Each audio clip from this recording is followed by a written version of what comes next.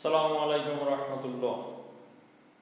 একটা গুরুত্বপূর্ণ বিষয় আপনাদের সামনে আলোচনা করতেছি, সেটি হলো আপনাদের হাতে থাকা শেয়ারটি হল্ড হবে। দেখেন মার্কেটের যে কন্ডিশন, তাতে করে অনেকেই এখনও দ্বিধা বিভক্তির মধ্যে আছে। অনেকেই কিন্তু এখন চাচ্ছে তার যে শেয়ার এটা কি করবে, এটা আপনার ছেড়ে দিবে।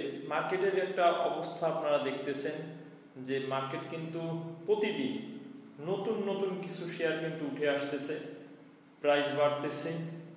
যে শেয়ারটা একদিন হল্ড হচ্ছে, দু একটা শেয়ার অন্যভাবে বাড়তেছে, সেটা ডিফারেন্স ব্যাপার, কিন্তু প্রতিদিন কিন্তু রোলিং করে শেয়ারগুলো বাড়তেছে। আজকে একটা শেয়ার হল্ড হচ্ছে, তো আগামীকালকে আরেকটা শেয়ার হল্ড হচ্ছে, আজকে 5টা হল্ড হচ্ছে, তো আগামী দিন আর 5টা হল্ড হচ্ছে। এখন মার্কেটের কন্ডিশন আমরা যেটা দেখতেছি যে রোলিং করে শেয়ারগুলো কিন্তু সার্কিট মারতেছে। এই জন্য আপনারা যারা দ্বিধা বিভক্তির মধ্যে আছে, আপনারা যারা চাইতেছেন যে আমাদের শেয়ারগুলো যা আছে আমরা এগুলা বিক্রি করে যেগুলো বাড়তেছে এগুলা ক্রয় করি, এই ভুল কখনোই করবেন না। অন্তত পক্ষে এই ভুল কখনোই করবেন না।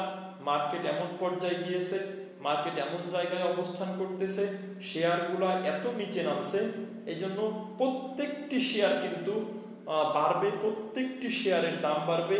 এই জন্য আমি আপনাদেরকে স্পষ্ট বলতেছি যে আপনার হাতে যে শেয়ারটি আছে, দেখেন এটাতেও আপনি 50-60% লসে আছে। আপনার হাতে যে শেয়ারটি আছে এটাতেও আপনি লুজার।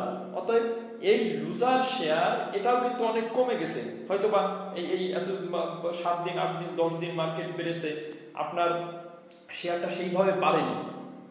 অনেক শেয়ার 40-50টা শেয়ার হল্ড হয়েছে রোলিং করে, আপনারটা এখন পর্যন্ত হল্ড হয়নি।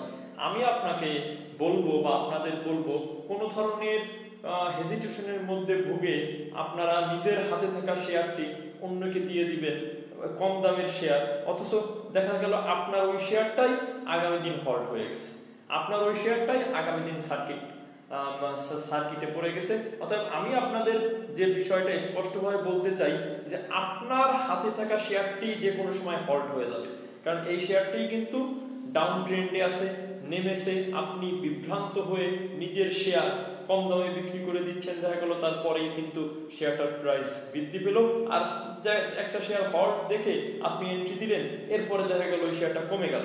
এই ভুলগুলো না করে আমরা ইনশাল্লাহ ধৈর্য সহকারে থাকি। প্রত্যেকটি শেয়ার আমি মনে করি এইখান থেকে রোলিং করে সার্কিট হবে, প্রাইস বাড়বে এবং একটা সময় ভালো জায়গায় আপনি যাবে আপনার পোর্টফোলিও এবং আপনার শেয়ার। আসসালামু আলাইকুম।